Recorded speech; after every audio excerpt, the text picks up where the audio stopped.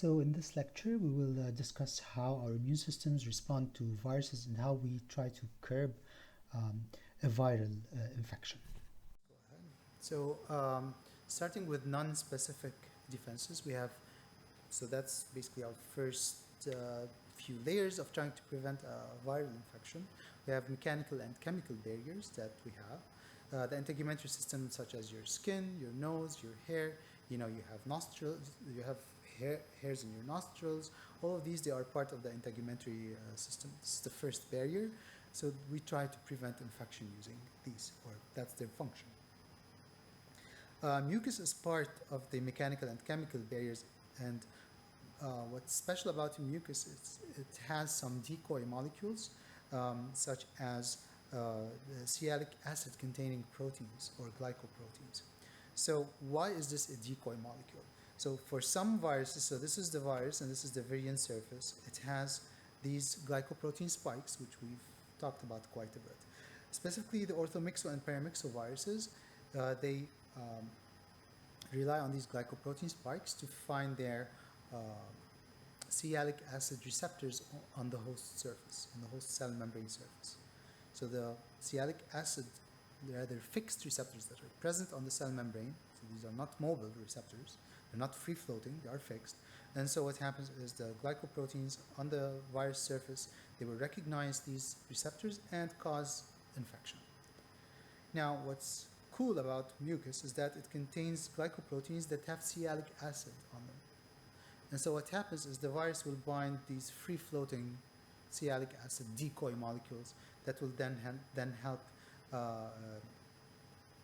basically contain the virus and try to eliminate it. So it's basically a competition. So that is one mechanism by which mucus helps us out, especially with respiratory viruses like the orthomyxo and the paramyxo. It also acts as a substance that is basically covering your epithelium, slowing down things, preventing infection. The ciliated epithelium is also part of the mechanical barriers. What we call the mucociliary elevator, this works by basically trying to push things out of our respiratory system. This is the function of this epithelium, as you can see here. Okay. So part of it is having these cilia that will help push particles out of the respiratory system. We also have mucus, again, covering this area that will have these decoy molecules and act as retardant to these viruses. We also have natural physical reflexes and activities, so like coughing, bowel movements, all of these can help us get rid of the virus, push it out of our system.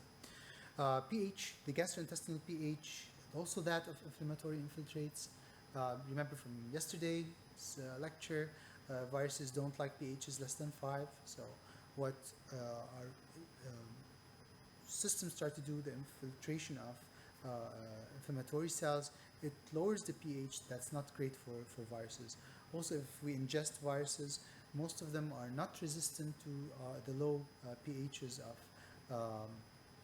our stomach, so you eliminate some of these viruses. Fever is a type of non-specific defense. Usually fever starts after you have certain cytokines being expressed, such as interleukin-1, TNF-alpha, interleukin-6. What type of cell, what major immune cell type produces these cytokines? Macrophages produce these. And so once you have these can act on the hypothalamus in our central nervous system, and the hypothalamus regulates our body temperature, and then it could increase fever. So fever is a good thing in this case.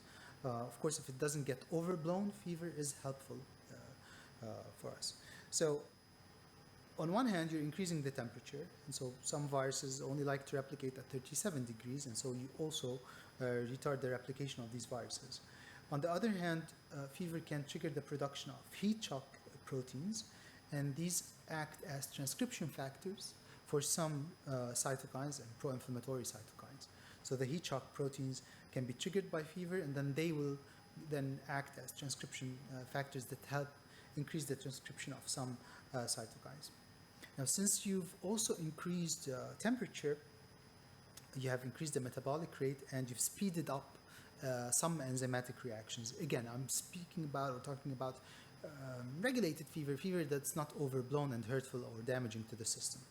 And so an increase in the temperature can speed up enzymatic reactions. And so by speeding up enzymatic reactions, you speed up some of the biological processes. So this helps out in producing more phagocytes, mobilizing them, activating these phagocytes. You also enhance the proliferation of lymphocytes. You enhance the production of cytokines, of antibodies. This also helps release leukocytes from the bone marrow, and it also potentiates interferon activity. We'll talk about interferons next couple of slides. And so a slight increase in the temperature or a moderated increase in the temperature will help interferons act against these viruses. This also speeds up the enzymes that work in tissue repair, and so you enhance tissue repair that might have been induced by the damage induced by the virus itself. Interferons, we have two types, type 1 and type 2. So under type 1, we have interferon alpha and interferon beta. And then under type 2, we have one member, which is interferon gamma. Now, as you'll notice here, sources of interferon alpha and beta is most cell types. There's a lot of cell types that can produce them. Some of the ones listed here are ones that produce them in more abundant amounts, but in general, any cell can produce interferon alpha or interferon beta. As opposed to interferon gamma, which is produced by T cells, NK cells, and dendritic cells. The production of type 1 interferons is highly triggered by double-stranded RNA. It's a very potent substance that can trigger the production of these interferons, and that's because our cells, usually in their cytoplasm, do not have double-stranded RNA. This looks quite foreign to us. And so this is why this is one cue for our immune system to say, well, this is something foreign. We need to trigger some kind of mediator production. And so interferons type 1 are the ones that are triggered. And RNA viruses are more potent than DNA viruses, again, for the production of these interferons. On the other hand, with interferon gamma, what triggers it is usually antigens.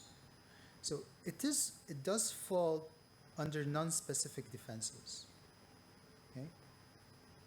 However, you'll see I'll try to describe how it might be triggered. So interferon gamma might be triggered in an antigen-specific manner.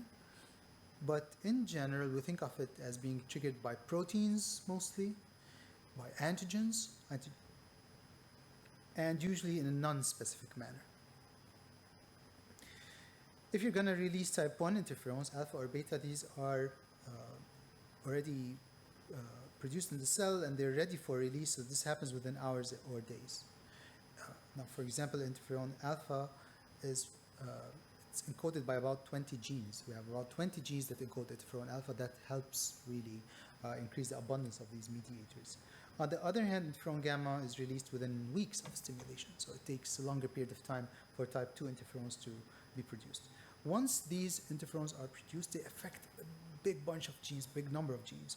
And so about 2,000 genes have been described to date that are affected by these interferons. And so you trigger these, and then what happens downstream of these genes, these are, some of them are cytokines, inflammatory mediators, mediators that help us fight a viral infection. Now, you probably are familiar from your immunology with the concept that you might take an antibody that's synthesized in an animal, treat it in some manner, and then you can give it to humans, but you have to treat it to get rid of the Fc portion, for example. You cannot give the Fc portion, otherwise you will trigger immune complexes or immune complex formation, immune complex disease. However, an antibody theoretically can work across species. You can take an antibody and give it to another species, from one species, and give it to another species, and it should work, right? However, this doesn't happen with interferons. Interferons are species specific. They are host species specific.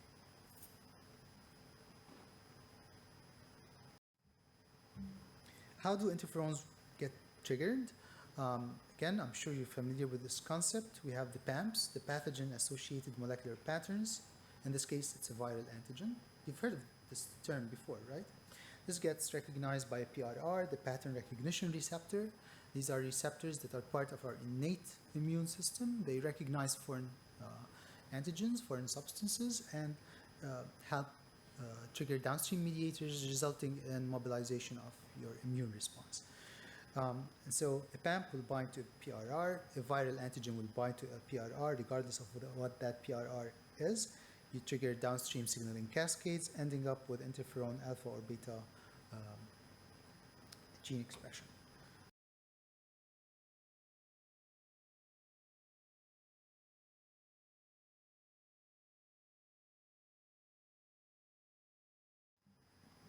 So once production of type 1 interferons has been triggered, you'll see that the interferons are produced. They act on neighboring cells. They also act on the cell that produced them itself. What is this type of activity? Let's take a look at this. All right, so mechanisms of action of these type 1 interferons. Now, although they can affect the immune system directly or immune cells and cause them to be mobilized, so activate basically C cells, dendritic cells, natural killer cells, memory T cells, cytotoxic T cells. Although they can activate them, this is not their most potent type of activity. They are more effective in doing other things. Some of these things include inducing the production of adhesion molecules, which then will help immune system mobilization as well. Cells can bind now. They can also result in the production of proteasomal enzymes, and this will help in degrading viral proteins and antigen presentation. They can also trigger the production of P21, which is a mediator of cell cycle arrest and growth arrest. These interferons also, like we said earlier, they trigger a big number of genes. One of these, or some of these, are caspases, and caspases have a role in what we call apoptosis, and so you can result in cell death. Now, two major mechanisms that these interferons work via are the production of oligoadenylate synthetase and protein kinase R, so OAS and PKR. How do these work? That's on the next slide. All right, so lots of things can happen. Just to read some things before I go with this slide. Lots of things can happen. You can activate the immune system to a certain extent, or immune cells to a certain extent. But the major thing that these interferons are trying to do is to stop actually the cell cycle. So a couple of things that they do trigger are oligoadenylate synthetase. So this enzyme takes ATP and makes oligoadenylate out of it. This oligoadenylate is an activator of RNase L. This RNase is an indiscriminate RNase, so it will degrade whatever RNA it faces, be it viral RNA or host RNA. So by degrading host RNA, what you're doing is decreasing protein production. If you're decreasing protein production, this means you are curbing the growth of the cell. Another thing that triggering type 1 interferons does is trigger the production of protein kinase R, and protein kinase R will phosphorylate a eukaryotic initiation factor 2. So this is what kinases do. Kinases phosphorylate proteins.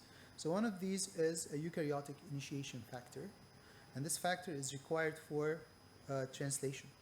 And so you inhibit the initiation of translation. So you've stopped or curbed down protein production. So on one hand, you're stopping RNA making, or the existence of the RNA that's already made. On the other hand, you're also stopping protein making. So again, you're contributing to decreasing the ability of the cell to replicate, to undergo mitosis, to produce enzymes. And if you're stopping the cell machinery, what you're doing is also stopping the virus, because it mostly uses host cell machinery for some of the steps it requires. Now, so to sum it up again, the major thing that these type 1 interferons is doing is trying to stop the cell from replicating, from growing. It's also at the same time trying to stop the virus from replicating and undergoing basically biosynthesis and genomic replication, because that for these steps to happen you need host cell machinery. Now, there are things that are also inhibited by type 1 interferons, but they are conducted by less well understood mechanisms, and that includes inhibiting viral penetration. So if you go back to the various steps of how the virus infects us, so viral penetration is also inhibited, uncoating, maturation, and release. All of these are curbed down by type 1 interferons, but we understand mostly the steps that have to do with biosynthesis and replication.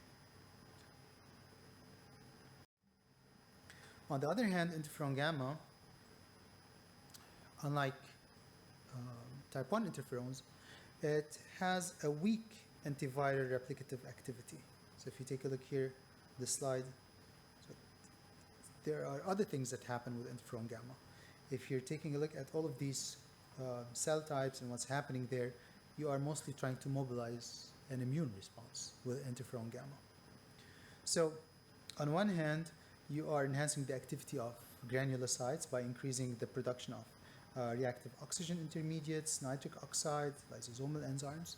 So all of these increase in macrophages and also in granulocytes of both levels.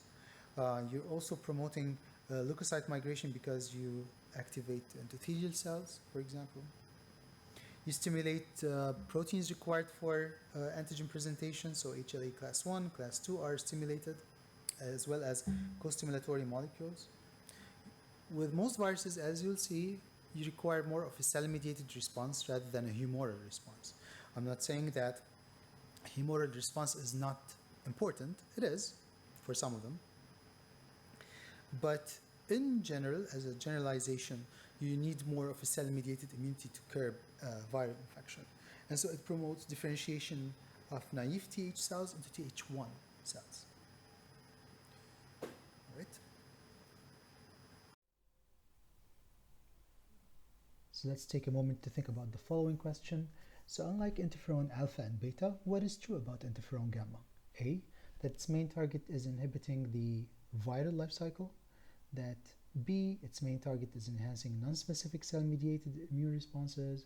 C, enhancing specific cell-mediated immune responses. Or D, both specific and non-specific cell-mediated immune responses.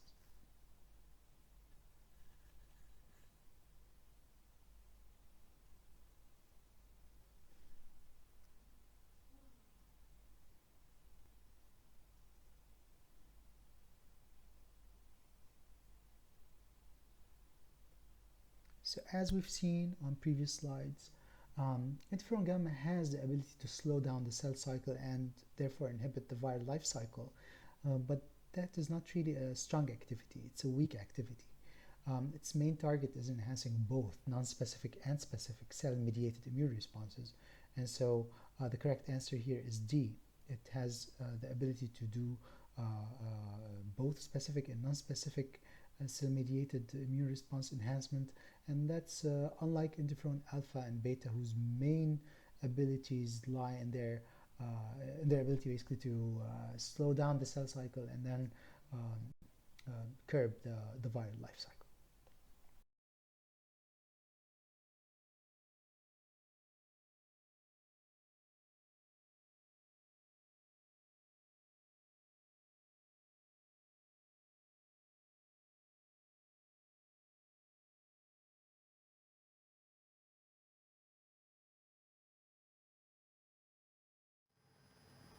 So what about cytokines and complement? Let me give you one blanket statement that basically covers both of these.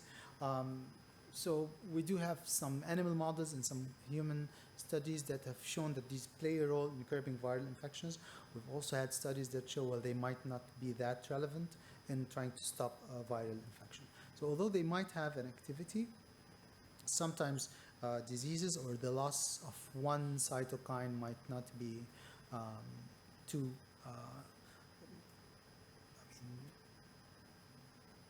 too devastating to the system, because you probably have other redundant mechanisms. They're not that essential. So these things are kind of debatable. And then we get to cellular responses, starting with non-specific cellular responses, starting with natural killer cells, NK cells. So these cells can produce a bunch of pro-inflammatory cytokines upon being triggered. So they can produce interferon gamma, TNF alpha, granulocyte monocyte colony stimulating factor, interleukin 1 beta, among other cytokines, lots of cytokines that are pro-inflammatory. Now you have to remember that these can also mediate what we call cell-mediated cytotoxicity in both types, antibody-independent and antibody-dependent, as you'll see later on with the specific response. Now, since we're talking about non-specific responses at this point, so they can mediate antibody-independent cell-mediated cytotoxicity. They see a cell that is expressing something foreign, but this is not really the reason why they get rid of that cell. We'll see on the next slide how this happens. So there is a cell that needs to be killed. These cells, the NK cells, release perforins, they release granzymes that then result in killing of the infected cell. So how do they recognize that this cell needs to be killed? Usually, we express on our cell surfaces what we call inhibitory receptors or kill inhibitory receptors. So this is the cell. It produces inhibitory molecules that can bind or inhibitory ligands that can bind the inhibitory receptors on the NK cell. One of these ligands is HLA class 1, for example. So if you express HLA class 1, this should tell the NK cell that this is self. Please do not kill me, right? So this is a kill inhibitory ligand that acts on a kill inhibitory receptor on the surface of the NK cell. When we have an infection, we have an alteration in the balance. So we start producing what I would like to call kill me ligands, basically. So ligands that bind to kill triggering receptors on the surface of NK cells. So it's not a matter of all or none. Doesn't mean you'll only, if you have HLA class 1, this will always mean do not kill that cell. It's a matter of balance. So if the target cell is producing more of these kill triggering receptors, the NK cell will recognize this as something that needs to be killed.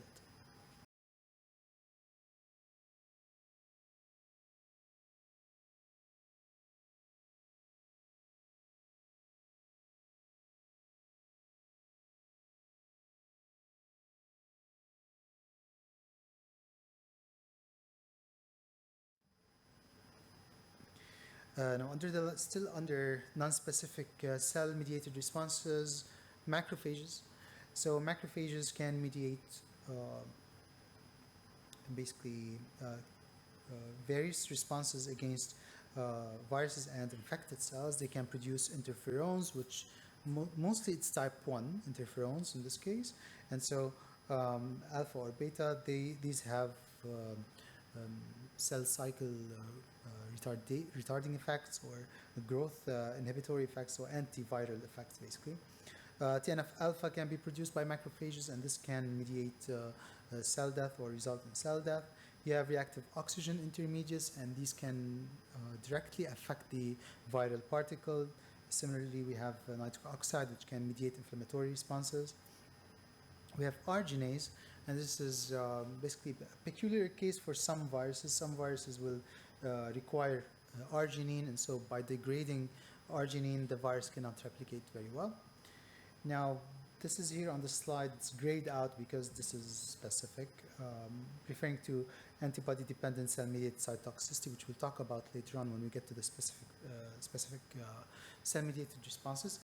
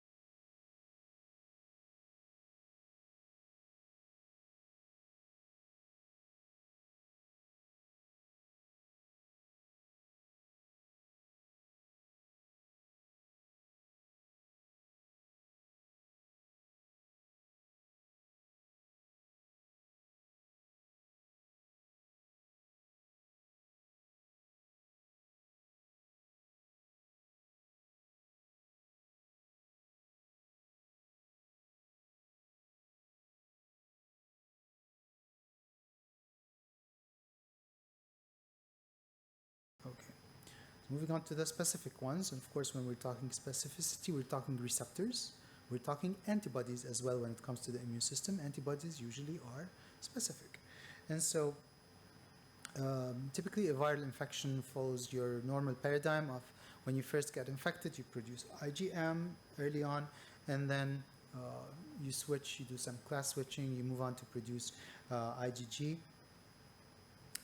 IgA plays an important role because it's present at body surfaces, and some viruses can be acquired via ingestion. So IgA might play an important role there.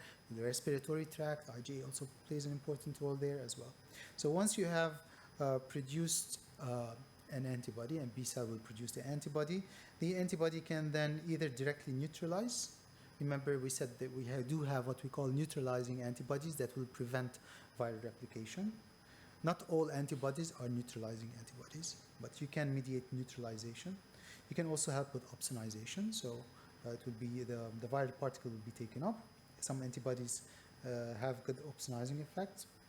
And you can also trigger complement, and then the complement will go on and affect either the infected cell or the viral particle as a whole.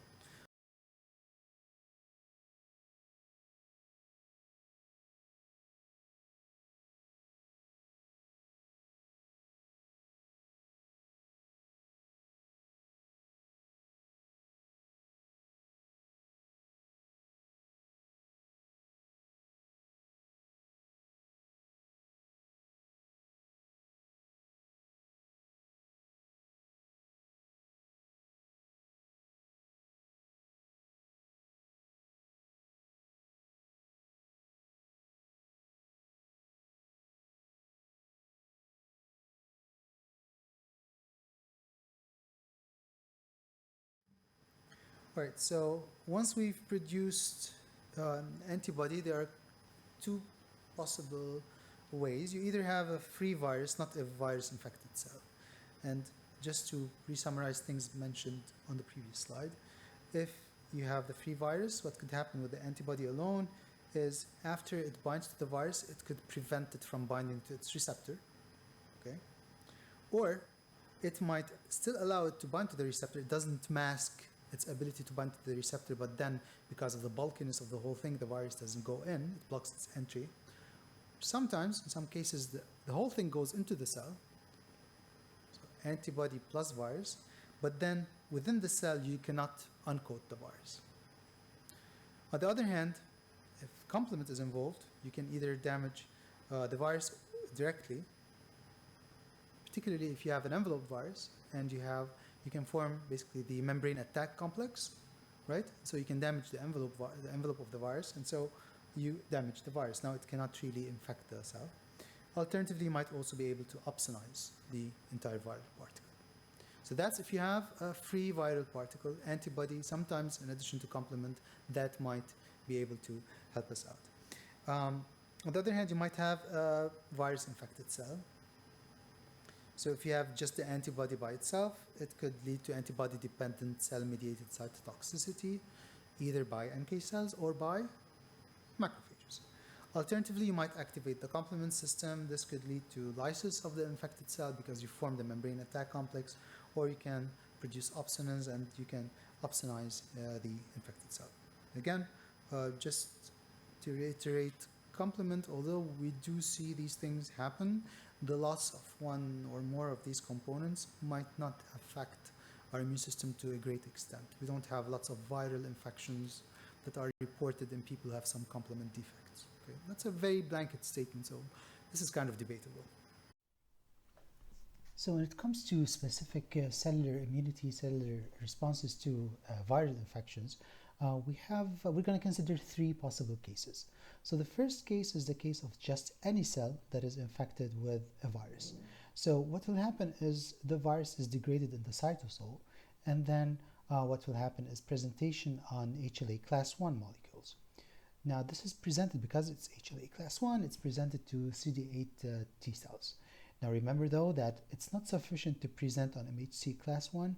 We also need co-stimulatory molecules, otherwise we're going to have anergy. And so what happens is basically triggering of cell death.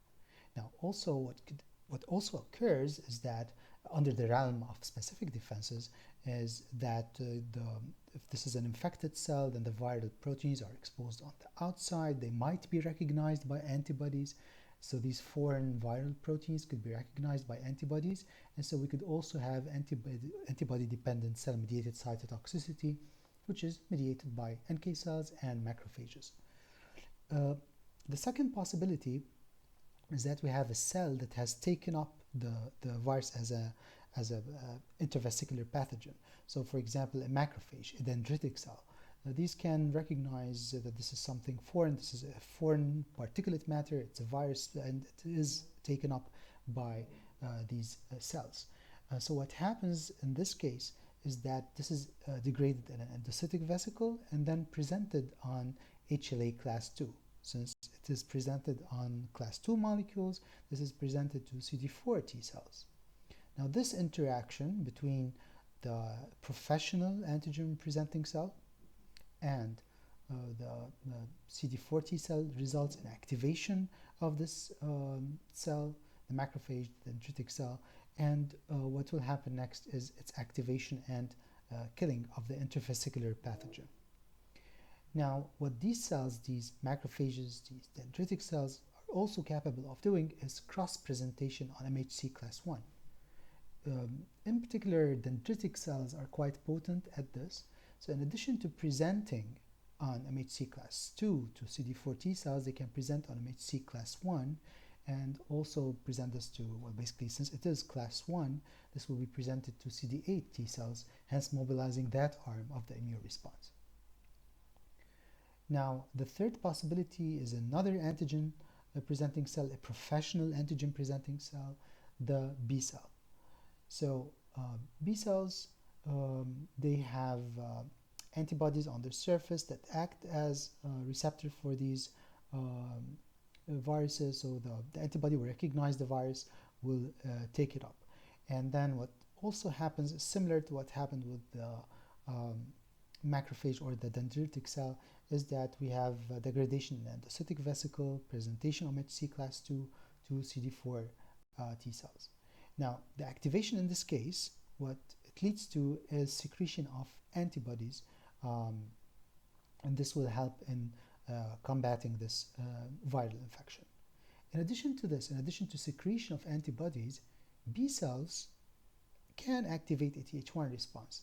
I know that it might sound a little bit different from what you're used to, that, well, B cells are mostly associated with humoral immunity, mostly associated with Th2 responses, but actually they can trigger a Th1 response, and this is highly relied upon in several types of viral infections. The majority of viral infections, we want to have a Th1 response.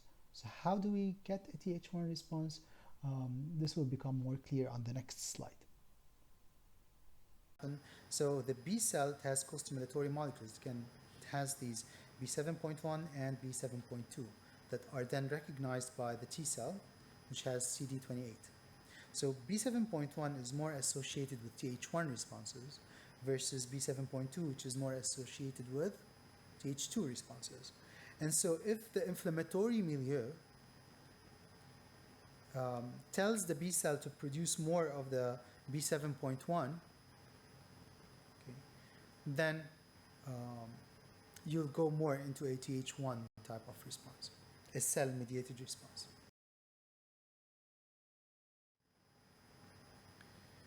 Now, moving on to specific cellular immunity, NK cells, as we said earlier, they can mediate non-specific responses based on the balance of kill, non-kill receptors. On the other hand, regarding specific responses that they mediate, these NK cells, they have receptors for Fc portions of antibodies. Okay, so the Fc receptor on the NK cell will recognize the specific antibody, and then this will trigger it to produce perforins and granzymes and kill the cell. Macrophages, they can also perform this mechanism. They also have perforins and granzymes, and they also have Fc receptors. Now, as a sum up for the general way by which our immune system kind of helps decrease viral infection and control it, early on you produce these cytokines, these mediators that then mobilize NK killing. This also happens, but then notice the virus titer. So the yellow portion, the yellow shaded portion is the virus titer. And notice that it only starts decreasing when you potentiate T-cell mediated killing of infected cells. So you need a cell-mediated response that is T-cell mediated. This is specific, right? So it's more on the specific side. This is when viral titers start decreasing. Now for the next couple of slides, we'll be going over some mechanisms and examples. Now, what's necessary for you guys to know is that I don't want you to remember the very specific example I'm going to be giving with each case, because there are tons of examples that can be given. I just selected one to illustrate what I'm referring to. For the next two slides, we're going to be talking about some mechanisms by which viruses evade the immune system, and then some mechanisms on the next slide by which they can trigger an immune-mediated response. Again, you don't have to remember all the specific details, general concept of what these mechanisms are. So viruses can inhibit humoral responses. They have this potential. One example is HIV, which can block the complement membrane attack complex because it incorporates host proteins into its own envelope. So it has its own envelope. Its own envelope includes self antigens, right? Self molecules that tell the complex formation to stop. They can interfere with interferons, for example, HSV or human simplex virus, be it 1 or 2. So there are 2 human simplex viruses, herpes simplex viruses. So HSV produces a viral protein that binds to protein kinase R. And we've talked about how protein kinase R works. It phosphorylates eukaryotic initiation factor 2 in order to inhibit protein production. So HSV can inhibit PKR activity. Viruses can also interfere with cytokines and their receptors. And one interesting example is the Epstein-Barr virus. So this virus can produce a viral colony-stimulating factor 1 receptor. So this is a viral decoy receptor. So usually this receptor is present on the surface of a cell, right? It should bind to the colony-stimulating factor. Instead, what EBV does is produce a free-floating receptor. So that's a decoy thing that will bind to CSF1. Viruses can also inhibit apoptosis. For example, human herpes virus 8. It can produce a viral BCL2. Now, BCL2 is a human protein or eukaryotic protein that can inhibit apoptosis. So this is an anti-apoptotic protein. Viruses do not want our cells to die, right? So what this virus does is produce this viral homologue of BCL2, so it inhibits apoptosis. They can also interfere with how HLA works, with HLA functions. For example, EBV has proteins that have these glycine alanine uh, repeat motifs. And so these are difficult to degrade by our proteasomes. So they make proteins that cannot be degraded or are difficult to degrade by the proteasome. So you are decreasing the ability to present on, in this case, HLA class 1, because this is how HLA class 1 presentation happens. You need degradation by proteasomes first. They can also interfere with cell immunity. So CMV produces an HLA class 1 homologue, and that's expressed on the cell surface. If you recall from the slide that described how NK cells recognize self, HLA class 1 molecules are one of these molecules. So by producing more of it, you can alter the balance, telling the NK cell, well, this is self, do not kill me, but that's just a decoy molecule or a fake molecule. As for genomic and genetic changes, these are also mechanisms by which viruses can alter the antigenicity of their proteins. We talked about influenza and how yesterday, and how it can have antigenic shifts resulting in antigenic changes that result in immune evasion. Now, the next slide will see how some viruses can basically alter our immune system in a way that results in immune-mediated disease. So one of the things that could happen with viral infection is immune complex formation. So like the hepatitis B virus, you form a lot of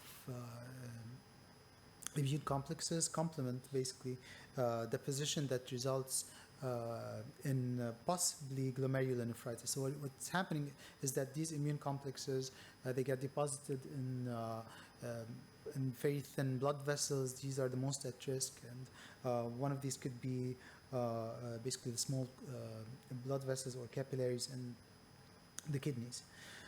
Antibody-mediated disease, one classic example is the dengue virus. This is a hemorrhagic fever virus. You'll learn more about it later on in the course. So the dengue virus binds to its antibodies that are bound to macrophages, or monocytes, to monocytes, and then it gets internalized and mediates the infection. So this antibody is supposed to be on the surface of monocytes in order to prevent an infection. However, dengue utilizes it as an additional receptor, or as a receptor, and so this helps viral entry and infection. Cell-mediated disease, so you might have delayed type hypersensitivity reactions. For example, with herpes, with measles, you might have delayed type hypersensitivity reactions in the host. Cytokine-mediated disease, you might have a cytokine storm with some viruses, so they blow up basically your immune system. One example is HIV. You might have encephalitis in HIV, not because the virus is really infecting the central nervous system and affecting the brain. What's happening really is a lot of cytokines there, and so you have an inflammatory response. So, for example, tumor necrosis factor gets produced, and so you might end up with encephalitis. Virus-induced autoimmunity. There are tons of mechanisms by which we think viruses can induce autoimmunity. One of the classic examples that is given is what we call molecular mimicry. In this case, the virus has an antigen that resembles one of our own antigens. Okay? And so our immune system might see our antigens as non-self because it has mounted a response against the viral antigen. So basically, our antigens get caught in the crosshairs of this, and so we end up with an immune-mediated disease, which is, in this case, autoimmunity. And so similar mechanisms have been suggested in multiple types of diseases: diabetes, MS, multiple sclerosis, and RA, rheumatoid arthritis. And so finally, we conclude with the following question. So consider the following mechanisms and try to figure out which might contribute to the ability of a virus to evade the immune system. A, its ability to express a soluble intracellular caspase receptor. B, production of proteasome-like enzymes. C, activation of a cellular pathway that results in production of protein kinase R. Or D, inhibition of BCL2 production.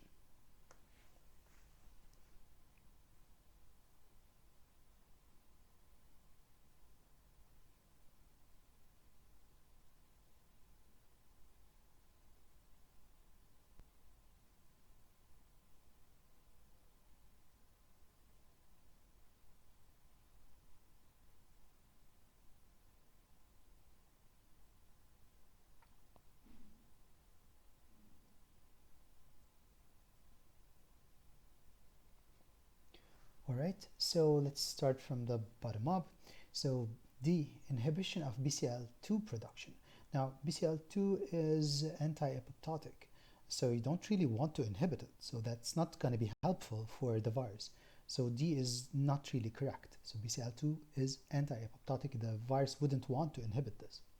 C, activation of production of protein kinase R is not really good for the virus, because protein kinase R will basically stop the cell cycle, leading to inhibition of the viral life cycle.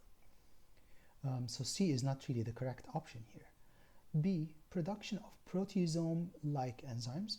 Now, these enzymes will help in degradation, leading to antigen presentation. Again, this is not something that the virus would want. It's not a good thing to trigger. And A, expression of a soluble intracellular caspase receptor. So if this is a soluble receptor, it will bind to caspases and basically act as a decoy. So it's kind of absorbing the caspase if you want, or stopping it from conducting its mechanisms. So that might be good for the virus, because this will inhibit the caspase. It will inhibit it from promoting apoptosis. So yes, option A is the correct answer in this case. So with this, we conclude this lecture. You can find my contact information in previous lectures. Again, please don't hesitate to contact me in case you have any questions. And again, thank you for listening.